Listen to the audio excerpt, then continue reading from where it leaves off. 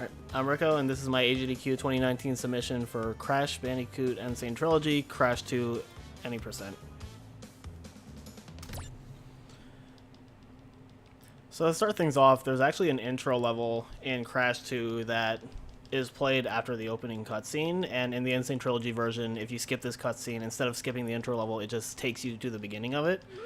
But you can actually skip it anyway by just pausing the game and then immediately quitting out of the level, and this will take you to the warp room. So you don't actually have to do the intro level, which is pretty nice. So this first level coming up is Turtle Woods, and it's going to be a very good showcase of all of the movement tech that you can expect to see throughout the run. It's a bit of a tricky level because of that, but it's a very good snapshot of what the entire run is expected to look like. So at the beginning of this level, pay attention to Crash's Crash's movement speed when he's doing a slide spin.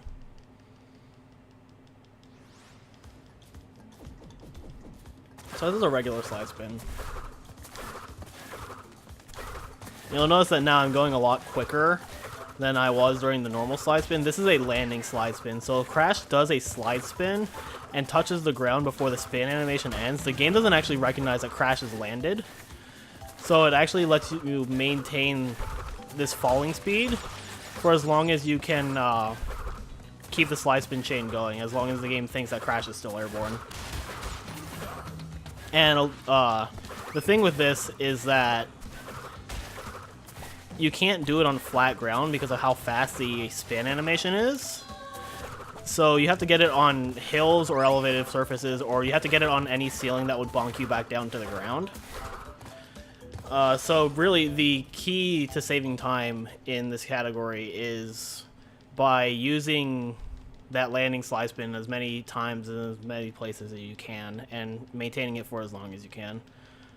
So towards the end of that level, I picked up this purple crystal. These are the objects that you have to get in every level. The goal of the game is to collect all 25 crystals and then beat the final boss, Dr. Neocortex. And the crystals are really just out in the open, and you'll just find them along the main path. So this next level is Snogo. I'm going to grab an invincibility at the beginning of this level right here. So invincibility doesn't... It's a little weird in Crash 2, where it boosts Crash's base running speed, but it doesn't actually improve his slide spin speed. And slide spinning is still a little faster than running with the invincibility. However, so in most cases you wouldn't want to grab the invincibility because the animation would slow you down. However, you do want to use it in areas where you want to like clear out a lot of obstacles. And at the beginning of that level, there's a penguin right in front of a hole, and you can actually do a hole skip with landing slide spin, so you don't have to jump over it. But that penguin, when it spins, gets in the way and can hurt you because it becomes invulnerable when it spins. So the invincibility is used to clear that, and then clear along a lot of the nitros towards the end also, and it lets you carry the landing slide spin for a lot longer than normal. So generally you want to use invincibility in those scenarios. Another thing to note is the ice in these levels. Ice physics are really odd in Crash games in general, but in Insane Trilogy, where if you do a slide on the ice and then you go neutral, where you let go of all directional movement, then Crash actually maintains the slide speed for a little bit longer than normal. So the key to going fast on ice is just to slide and go neutral repeatedly. But also, if you do any action while you're neutral, you still carry the slide momentum. So if you're reaching the end of ice, then you can jump. You can do a jump if you're neutral, and you can actually carry the ice momentum farther than the ice actually goes, which is used a lot in snow levels. So this level's Hang 8. This is a lot more straightforward than the first two levels. It's really flat, so there's not a lot of opportunity for landing slide spins. The one thing of note is this timer in the bottom right-hand corner of the level, or of the screen. If you reach the end of the level before that timer runs out, you're awarded a special timer gem. However, you do not want to pick this gem up, because the first time you collect a gem, it actually triggers a cutscene in the warp room, and that cutscene probably takes about 5 to 6 seconds to skip. And throwing the gem up in the warp room as well is like another 2 to 3 seconds. So you're losing anywhere from like 7 to 10 seconds for grabbing that gem. So it's a lot better to just run around it like that.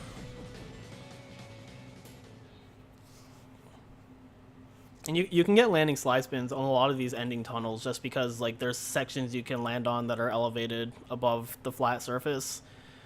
And there was also places in the first 2 levels where I used bits of scenery to get landing slide spins that you wouldn't think would be possible.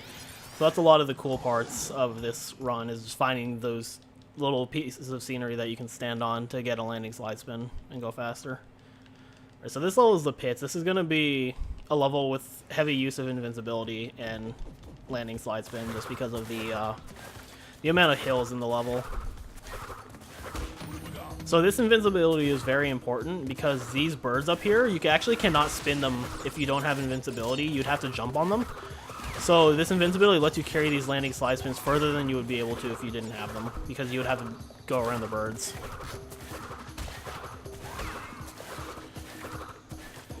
So the path's split about right here, and you need to go down the left path because this is where the crystal is.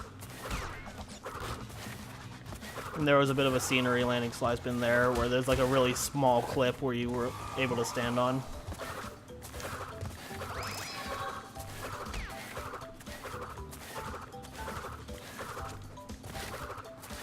Another neat feature of the landing slide spin is that during normal slide spins, when you slide, you're actually locked into a direction until the slide runs out.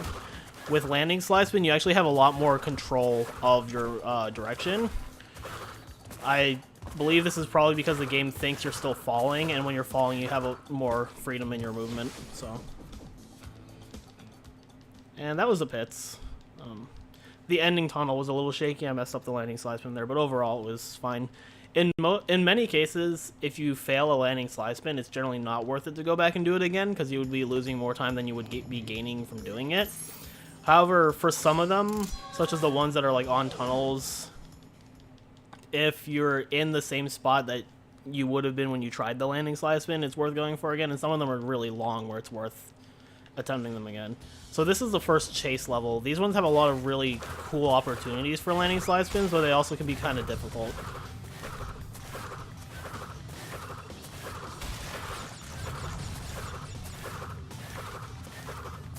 Alright, that worked really well. So that, so these levels, you run towards the screen as you're being chased by a boulder, and they have a lot of really long landing slide spins because the levels are generally really flat and they lack a lot of holes.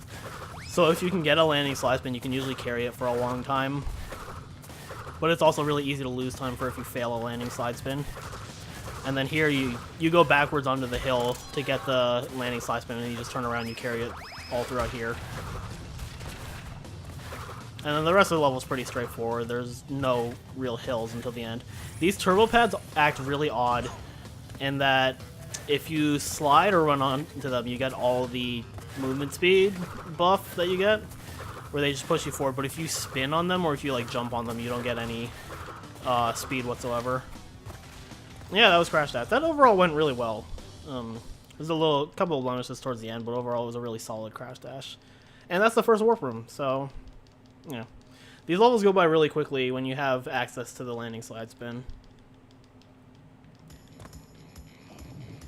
So we're coming up on the first boss, which is Ripperoo. There is absolutely nothing to this boss. He is 100% an auto-scroller. He does the exact same pattern every time, and all you have to do is wait for him to hurt himself and then attack him. So there really is absolutely nothing to say about this fight.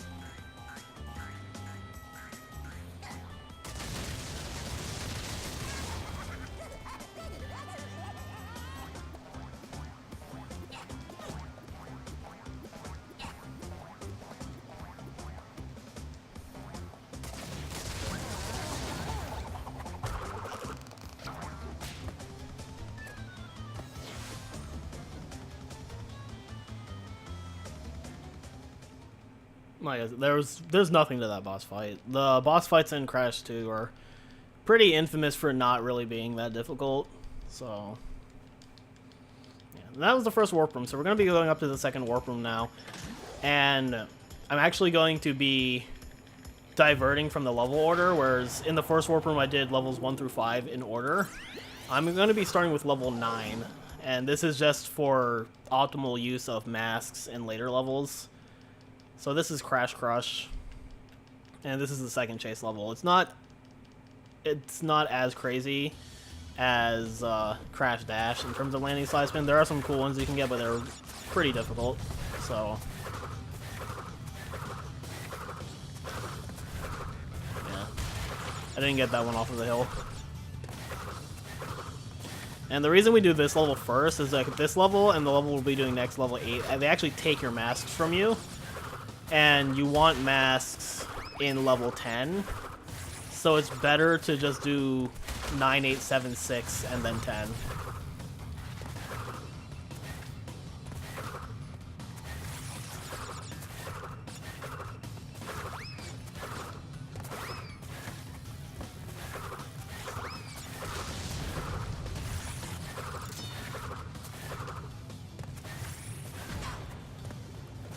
Hitting those mines is a bit annoying because even though it doesn't kill you, it does stun you for about a second or two. Man.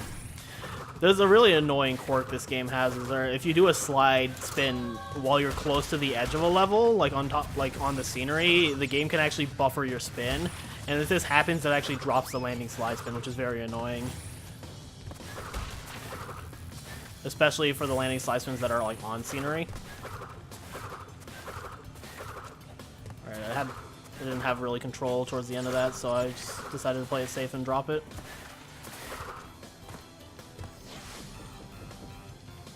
That was a bit of a shaky Crash Crush, but the level's not easy, so.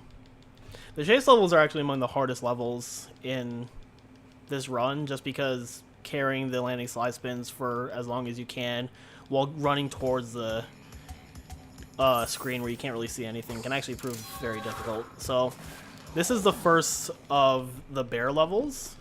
In this level, you ride baby polar bear that was outside of the door to the level, and these are very similar to like the hog levels in Crash 1 or the tiger levels in Crash 3. The difference is that this charge is the fastest movement. However, you cannot do it indefinitely. Eventually, even if you continue to hold the button, Polar will stop charging. So the fastest movement is to charge, and before the charge runs out, you want to jump, because if you jump, then you can charge immediately after landing. So it gets rid of the cooldown if you were to hold a charge normally.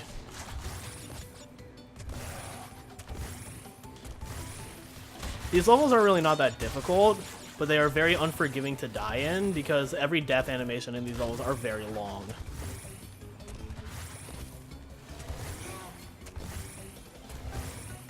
But overall, they're pretty straightforward levels, especially this first one, Barrett. It's a very short level.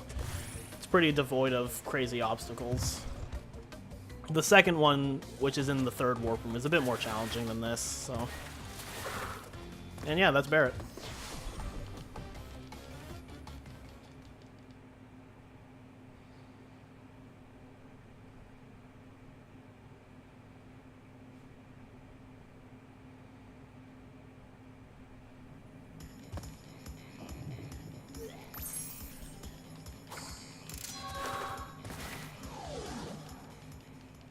So this is Air Crash. This is the second of the river levels. Like Hang 8, there's really not too much to say about it. It's a very flat level, and so there's not really a lot of opportunities for landing slide spins.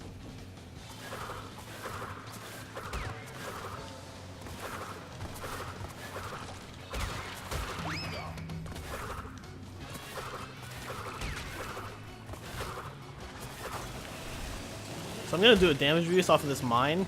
This lets me jump over this fence, which just saves like a second or two. It also lines up these cycles to be a little better.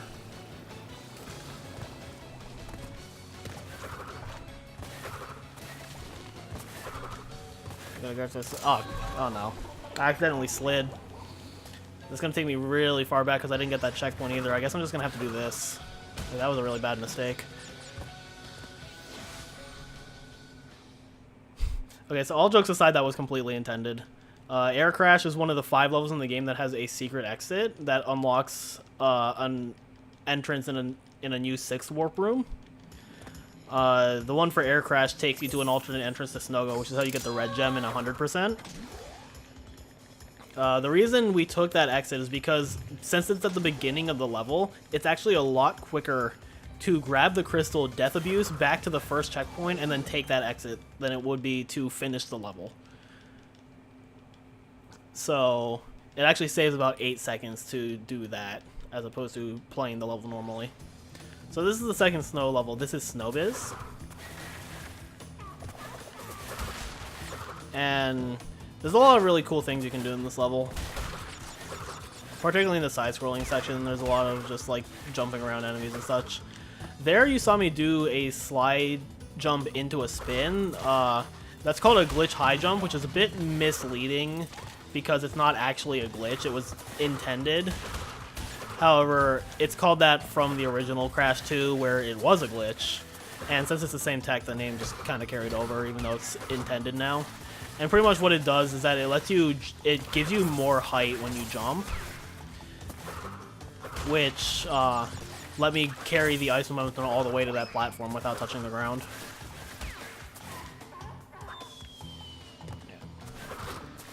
The side-scrolling section has a lot of really cool ice stuff.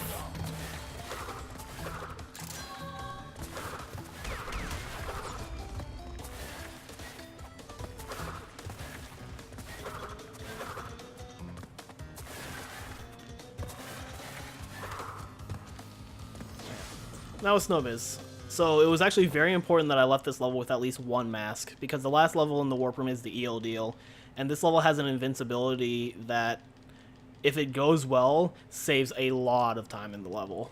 So, and there's a mask at the beginning of the EO deal, so if I'd only left Snowbiz with one mask, I'd still be okay, but I'm actually going to skip that mask, because the first invincibility is not as good as the second one.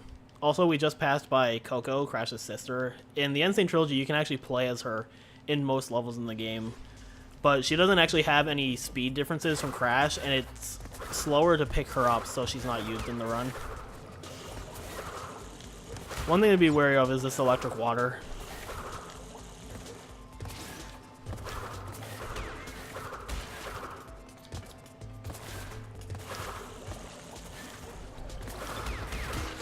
Alright, so this invincibility is really nice because there's a lot of enemies coming up.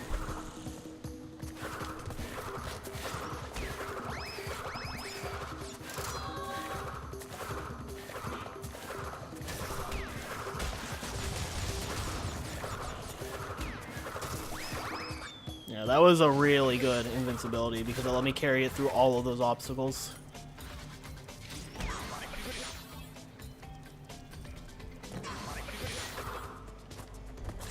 And then I use the damage abuse there just to get through the hangrails quicker. The hangrails are very slow, so it's actually faster to do this. Normally there, if I had had a mask and didn't have to damage abuse twice, I would have just damage abused through those last enemies. But it's really risky to do it without the mask. It's possible, but if you fail it, then you go all the way back to the beginning of the hangrail section, and it loses a lot of time, so I just take the extra couple seconds to just wait them out. And yeah, that's Warp Room 2, so we'll be entering the second boss now. I'm actually going to wait a little bit after this cutscene ends. And the reason for that is that there's a glitch in the game where if you reach the boss door before the portal actually spawns, it won't let you enter the level. And you can only fix this by either entering another level or reloading the save file. So this is the Komodo Bros. The idea is that the big guy in the center is Komodo Mo, and he spins the little guy, Komodo Joe, around, and when Joe stops spinning, you have to knock him into Komodo Mo. So really, the key to this fight is just, like, staying as close to Joe as you can, and then as soon as he is vulnerable, you just knock him into Komodo Mo. And then you avoid these swords.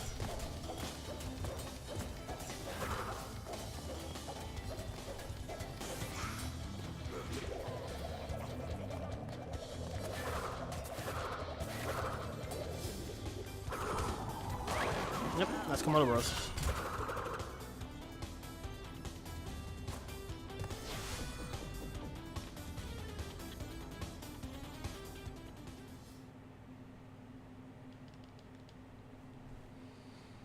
So we'll be going into the third warp room now, and the first level in this warp room is unbearable. It is the last chase level in the game, and I would argue that I would say it's probably the hardest one because it has a lot of really good landing slide spins, but they can be tricky to maintain, including one at the very beginning of the level.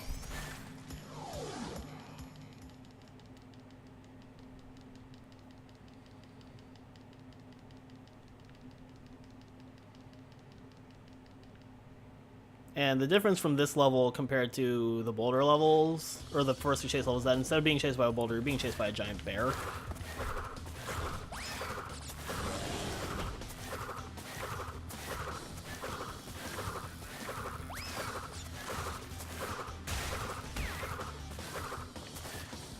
Alright, that was a really good first phase. The tricky part to that one is that, like, you have to kind of maneuver to not hit that electric fence, and then you also have to maneuver to not lose your slide spin in under one of these wooden fences, because that can happen if you just slide under it.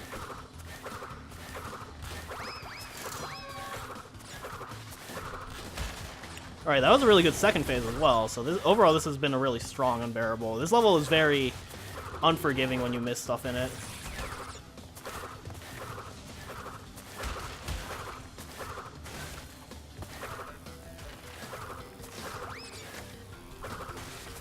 A respectable third phase as well. So the last section of this level, you actually ride polar towards the end. So you're on a bear being chased by a bear, and I actually think this is one of the coolest parts of the game. It's actually part of why Unbearable is one of my favorite levels. Yeah, this level goes by really, really quickly because of all the landing slide spins.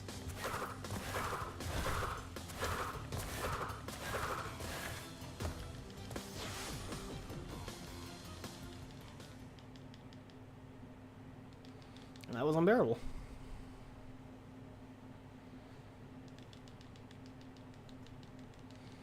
So the next level is Road to Ruin. This level has a lot of really cool stuff going on in 100% or 102%. It's a lot more straightforward in any percent.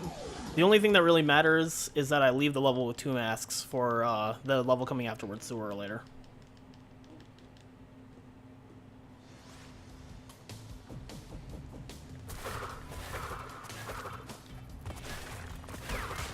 These levels are really flat and, like, linear, so there really isn't too much to say about them.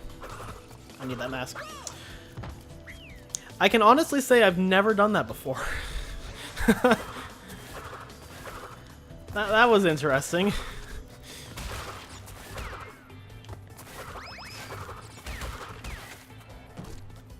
Alright, there we go. The worst part is that was right in front of the first checkpoint. Hopefully the rest of this level doesn't go that badly. This one's not really that difficult.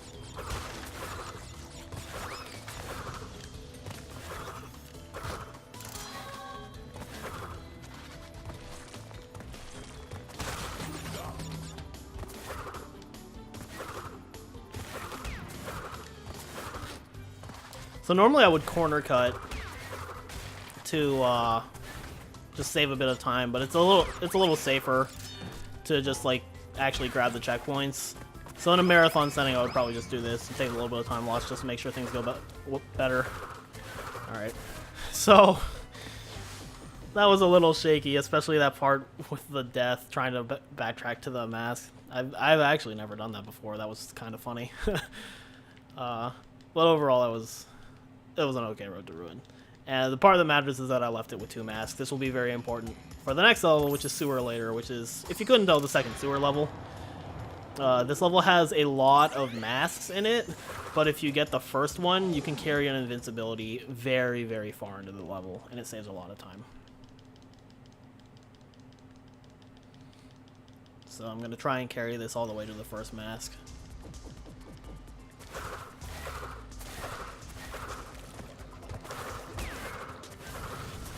So notice that those enemies hanging from the ceiling actually shoot fire towards you. They had notoriously bad hitboxes that you couldn't really dodge easily in the original Crash 2. They're super easy to dodge in the Sane Trilogy. But you can also just do this.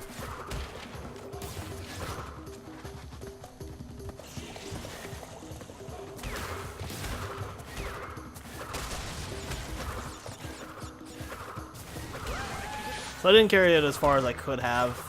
When it all goes well, you can carry it all the way here. Somehow I didn't grab that crystal. This invincibility will just take us to the end of the level. Assuming I get the landing slide spins, if the game cooperates.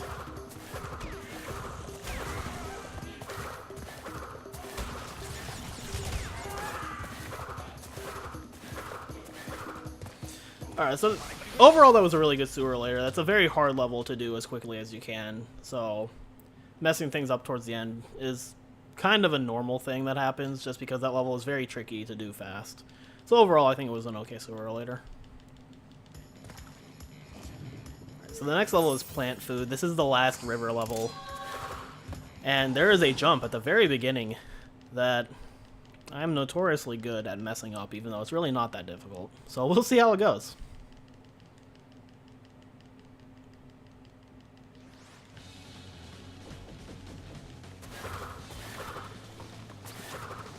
Alright, it went well this time. Like, that jump is not hard, but I mess it up more often than most other jumps in the game. And this level also has a timer gem. And much like the first one, we will be running around it just to stop that cutscene from activating. I took a damage abuse there, that way I just didn't have to go around those mines.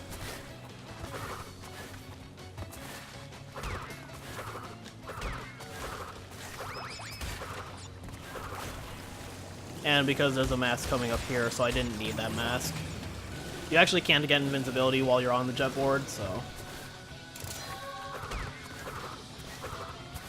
And there's a plant formation here that you cannot get through without damage abusing. So you'd either have to kill all of them, or you would have to just damage abuse them. Naturally, it's faster than damage abuse. And then here's the yellow gem you get for finishing the level within the timer, but you just run around it because it's slower to grab it. Yeah, that was plant food. That went really well. And we're coming up on the last level in this warp room, which is Bear Down. It is the second and final bear level in this run, in this category, rather. There is one other bear level, but it is a secret level that you only do in 100% or 102%.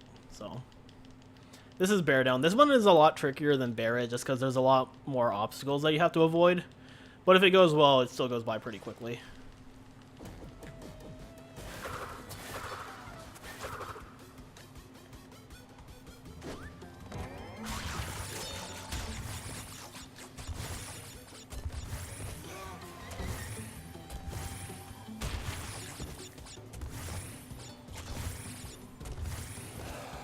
Another thing to notice is that a lot of these jumps that I'm doing around these obstacles were a lot harder on PS4 compared to PC, so it really shows a lot of like the minor things that make PC a lot more optimal for running the game.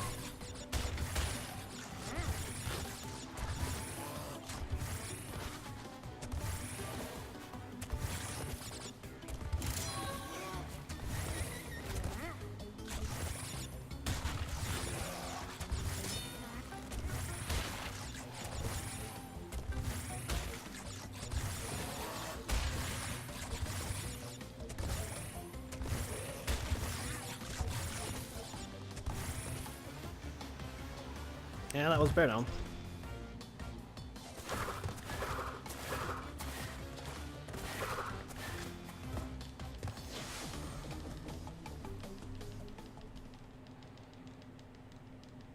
And so that's all of Warp Room 3. We'll be going into the third boss fight now, Tiny. I have a bit of what I call a Tiny curse, where both in this game and in Crash 3, I'm really good at dying in the Tiny boss fight. So hopefully that doesn't happen. He's not too hard of a boss, but he's definitely more challenging than the two that came up before him.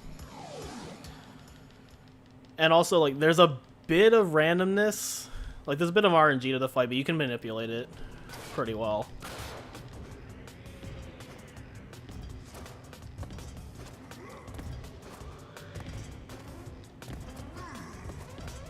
Alright, I didn't do it as well as I could have, but generally, like, the key is Tiny follows you, so you have to make it so he follows you onto one of the red ones that are falling.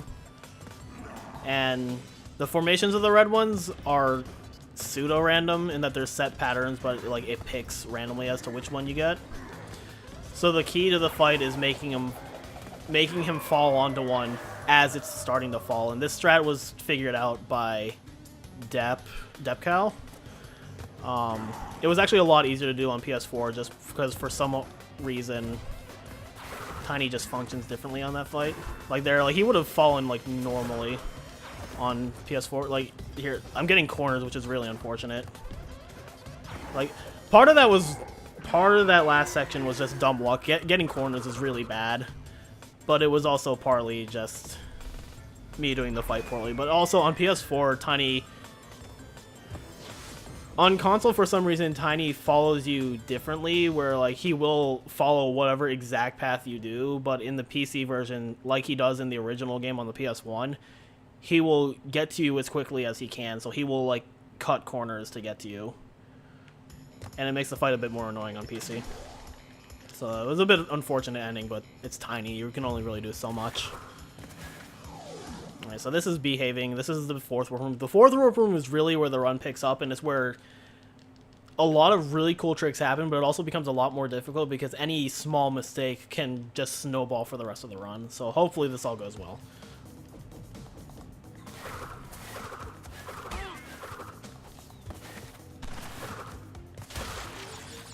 This is behaving. This is probably the single most straightforward level in the run because there's really not too much going on in it.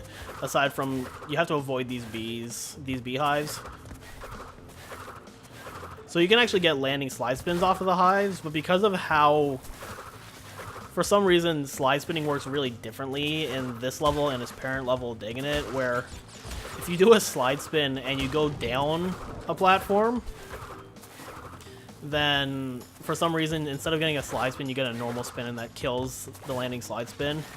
So you think you would be able to get like a landing slide spin off of every single one of these beehives, but it's super convoluted to do, and for some reason it works on this red diggable dirt. So on those ones you can get landing slide spins, but on these regular hives it's like really odd for some reason. It's like you can't, and I'm not sure why it is like that.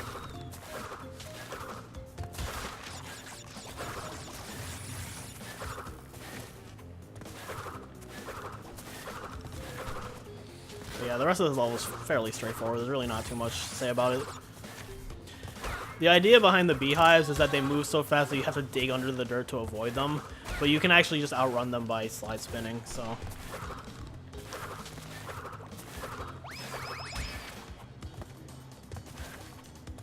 That was a little odd at the end. Yeah. Like I said, it's a really straightforward level, so there's really not too much to it. Next level is Ruination. This is a pretty notorious run killer. It's a pretty challenging level. I would rank it as one of the hardest in the game.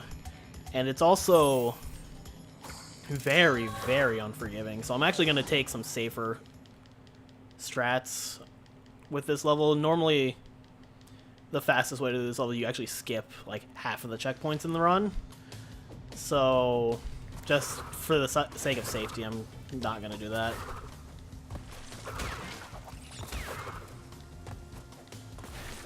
Like here, I would corner cut here and skip that checkpoint.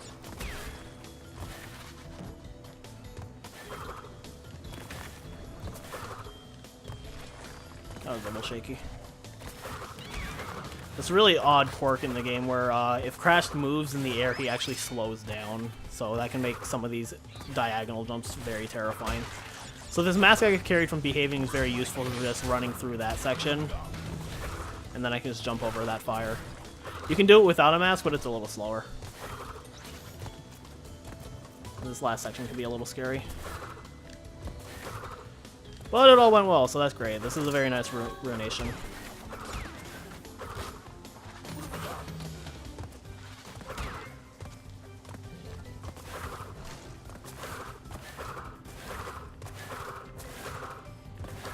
I'm very happy with that one.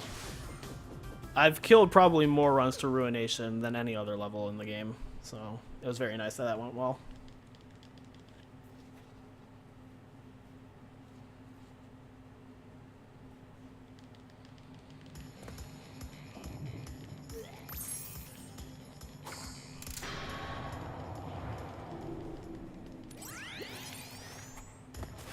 And next up is Cold Hard Crash. This is a very infamous level if you're trying to do it for full completion, just because of how convoluted getting everything in it is. The things I need to pay attention to for any percent are not dying after getting a checkpoint, and also keeping these masks. So this level has what is called a death route. It's one of those, it's a hidden path that only shows up if you reach it without dying in the level after getting a checkpoint.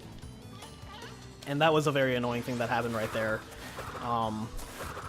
Ice sometimes just like kills your jump for some reason. So that was very, very unfortunate. Thankfully, this level has 3 masks in it, so I can still get the invincibility I want in the death route. I just won't be able to do a damage abuse that I was hoping to do. But that was a very annoying death to occur. Just, it was a fault of ice mechanics.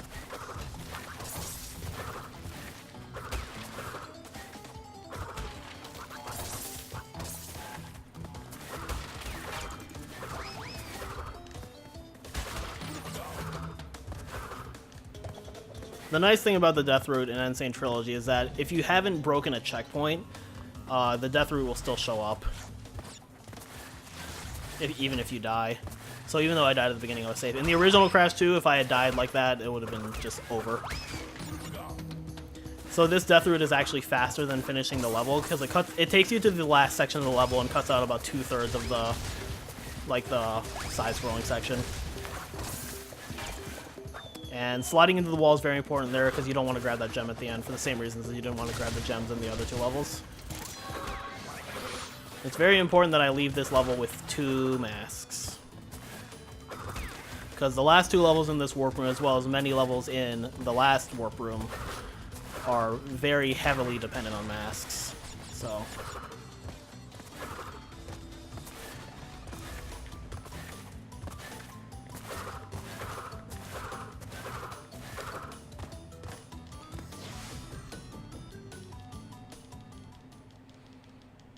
alright, so aside from that death at the beginning, that was pretty okay, Cold Hard Crash.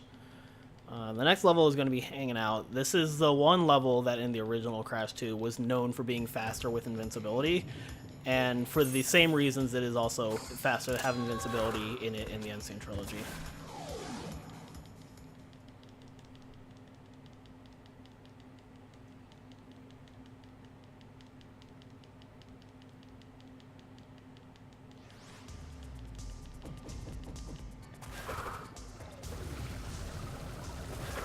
So yeah, you can actually slide right under that guy's fire if you position it correctly.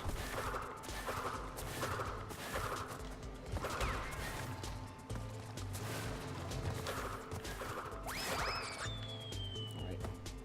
So, in the eel deal back in Warframe 2, I did everything I could to skip these hangrails, because moving on them is pretty slow. The invincibility for the hangrails moves significantly faster, so that's one reason why it would be better to have invincibility here. But there's an even better reason, in that it just allows you to slide spin off of the red hot pipes like this. So that's even faster than just using the hangrails, because you can get a landing slide spin going for a little bit.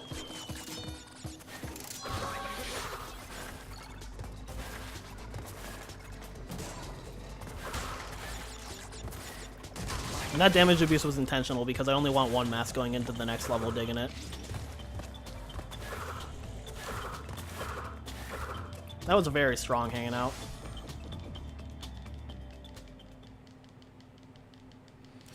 Yeah, so this next level is Digging It. This is probably the hardest level in the run, because it has a lot of very long landing slide spins, and it also has a very, very important invincibility. I like to joke that this is the equivalent of a Crash 3 level in Crash 2 in terms of landing slide spins, because in Crash 3, landing slide spins are not as frequent, but they last for a very long time.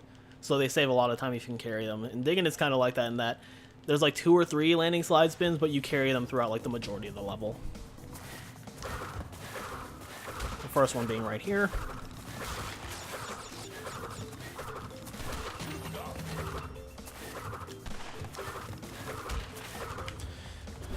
And I dropped it. That was a case of RNG though. The position in which that guy moves is random, and if he moves that way, it's actually very tricky to get through him, and the invincibility is very important, so I just decided to drop it. So this invincibility let me get through all of the electric fences that are coming up.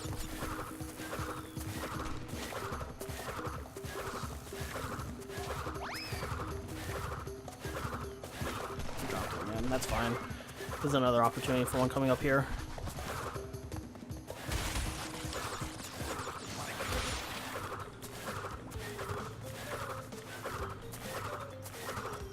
You can actually weave it between those mines, but it's a little tricky and it's very unforgiving to mess up.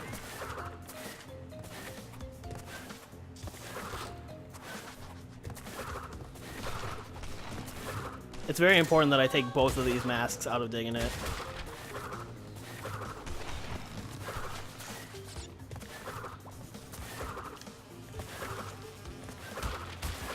Alright, so this is the last section. This is the last landing slide spin. It's a very long one and can be very difficult.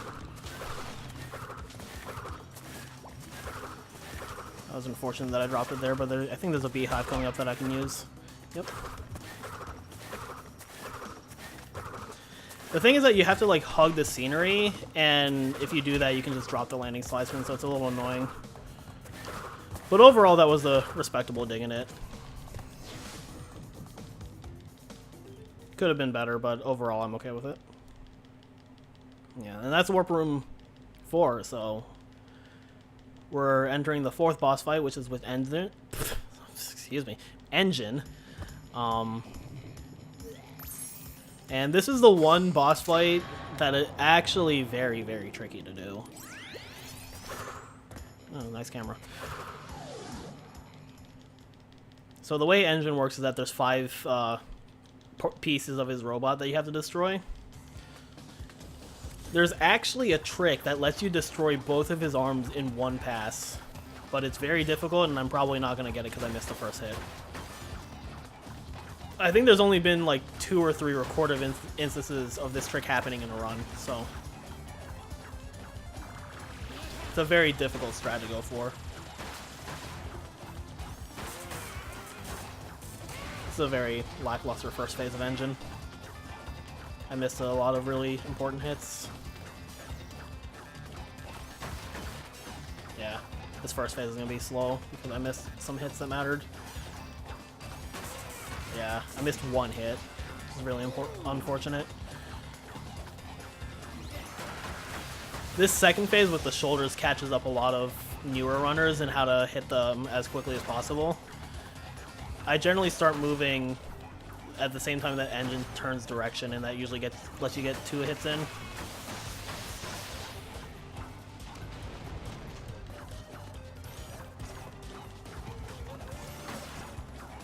This is a really unfortunate second phase as well.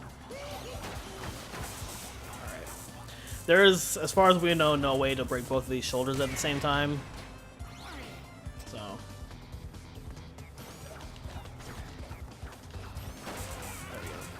alright, so this last phase is actually going to contain a damage abuse.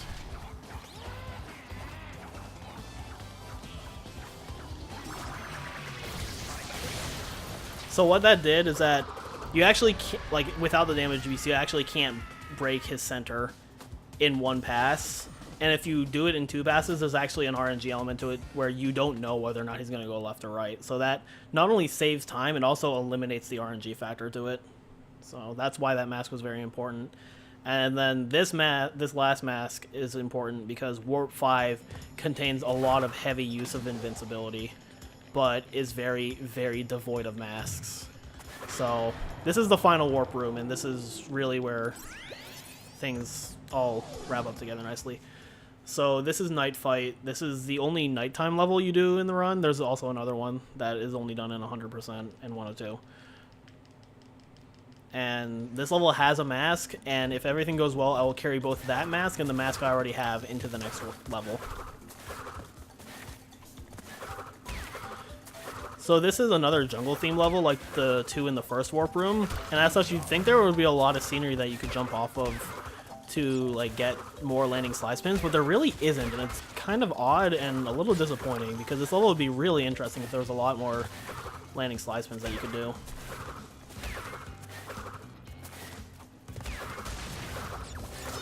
If only I could get that in 100%.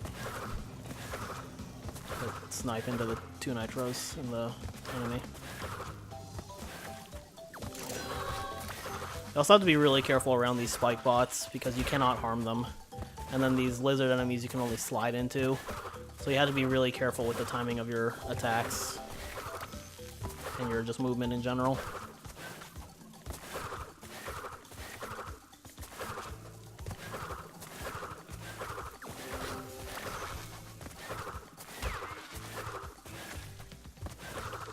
It's really unfortunate to say there's really not too much to this level. It's because of the lack of good landing slide spins. Alright, and that was Knife Fight. And thankfully we left it with 2 masks, which means we can do Piston It Away. So this level is a notoriously difficult level, both casually and speed-wise. And a difference from the original Crash 2 is that in the original Crash 2, these 2D levels, you could actually go into the 3D range anyway. In the Sane Trilogy, there's a lot of invisible walls, which means you can't really skip a lot of the obstacles that are in your way.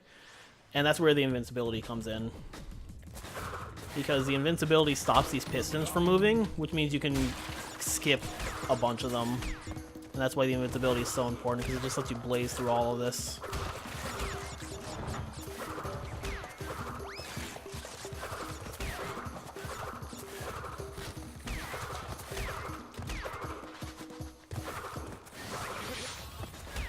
And thankfully, because I got those landing slide spins, I was also able to skip that last piston. Play that one a little safe because I have to end up waiting on these 2 pistons anyway. And this invincibility will also be nice for skipping a couple of obstacles at the end.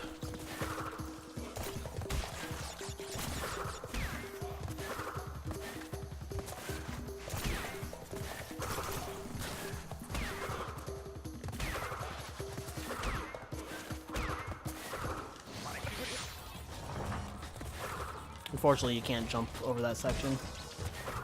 Right, I intentionally damaged you there because it'll stop this piston from moving.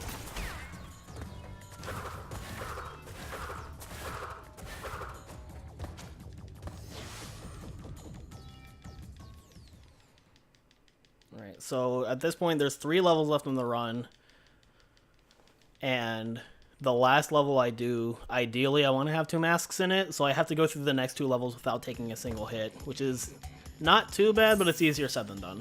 But hopefully it'll all work out well.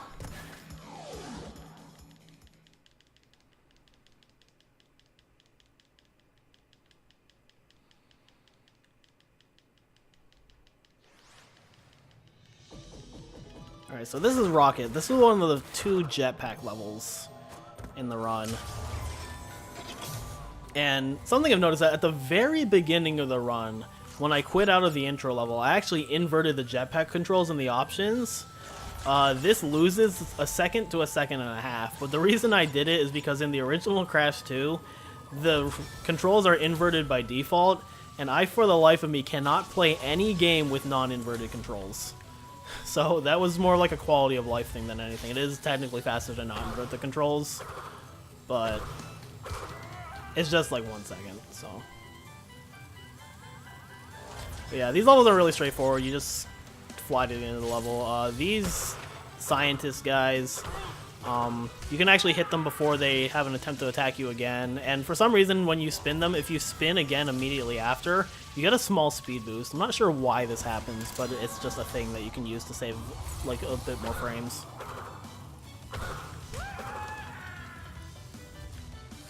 Let's see if I got a landing slide spin off of this nitro detonator. I did, nice. Yeah, that was Rocket, so.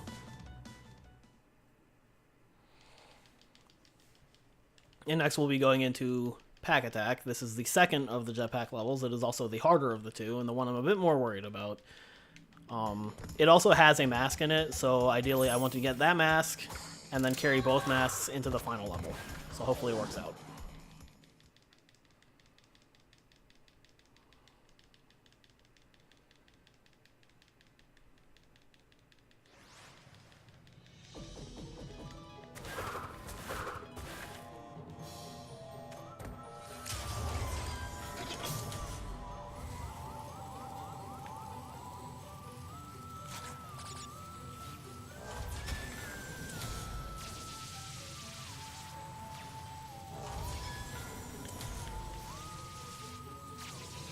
So I'm notably skipping a lot of these checkpoints. That's because spinning actually slows you down. And I'm not really too worried about accidentally dying. So it's actually faster to just go past the checkpoints. If I had no mask, I'd probably be a bit more keen on just hitting the checkpoints, but I think I'll be okay. So that cycle is consistent. As long as you go to the bottom left corner, you should be able to get through it.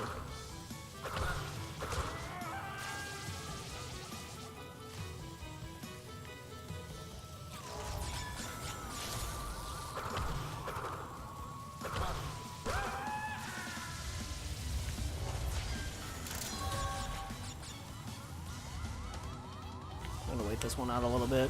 That one's a bit annoying to get through. If the rotating mines are like spinning outwards, then it could be a bit annoying to get through. So I just decided to wait it out because I really wanted this mask for the last level. It was only about a second lost, so. And now is the final level, Spaced Out. This level does not have any invincibilities, but it does have a lot of damage abusing at the very beginning of the level, which is why these two masks were important. It wouldn't have been the end of the world if I had entered with less than 2 masks, just because the PC version makes making a lot of these cycles easier. But it's just nice to have them in case. On PS4, like, having both of these masks would have been, like, really crucial.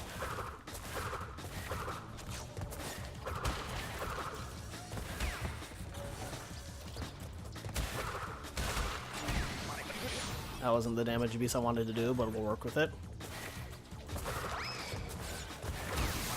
No, that was the damage abuse there as well. That just let me skip through all those pistons very quickly.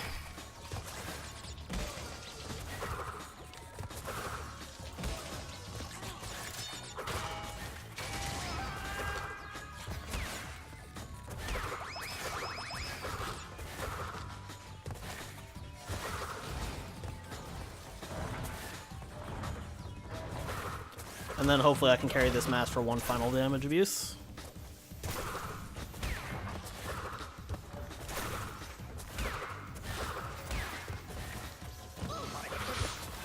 That'll hopefully have this last piston line up better for me. Yep, there we go. So that last damage abuse manipulated that piston so it was moving at a cycle that was more favorable for me.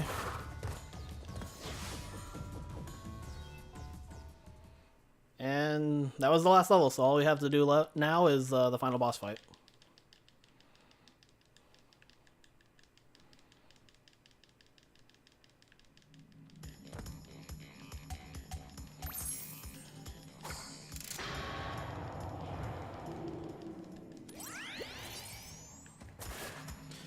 So, those who have played the original Crash 2 will know that Dr. Neocortex was notorious for being an incredibly easy and anticlimactic boss fight.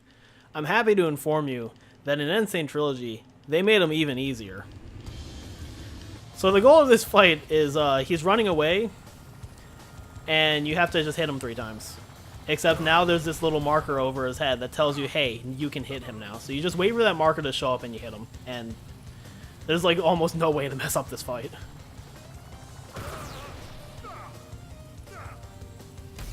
Oh, well, you can run into the mine like that, I guess. Timing ends after I quit out this menu for picking up the running shoes.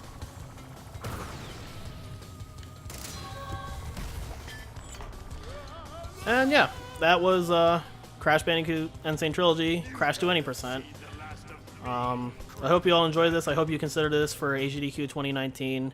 I think it's a really fantastic run. It has evolved quite a lot since the game came out last year in 2017. Sane Trilogy as a whole has changed a lot. The PC release of the game really shook up a lot of things and caused a lot of time save to happen. So I really think this is something worth considering for AGDQ 2019. And it's very different from Crash 1 and Crash 3 as well, which have also been shown at the past AGDQs, so closing it out with Crash 2 as well would be a fantastic choice in my opinion. So yeah, I hope you enjoyed this run. It was a little shaky in some spots, but overall I think it was a really solid run. And yeah, thanks for watching.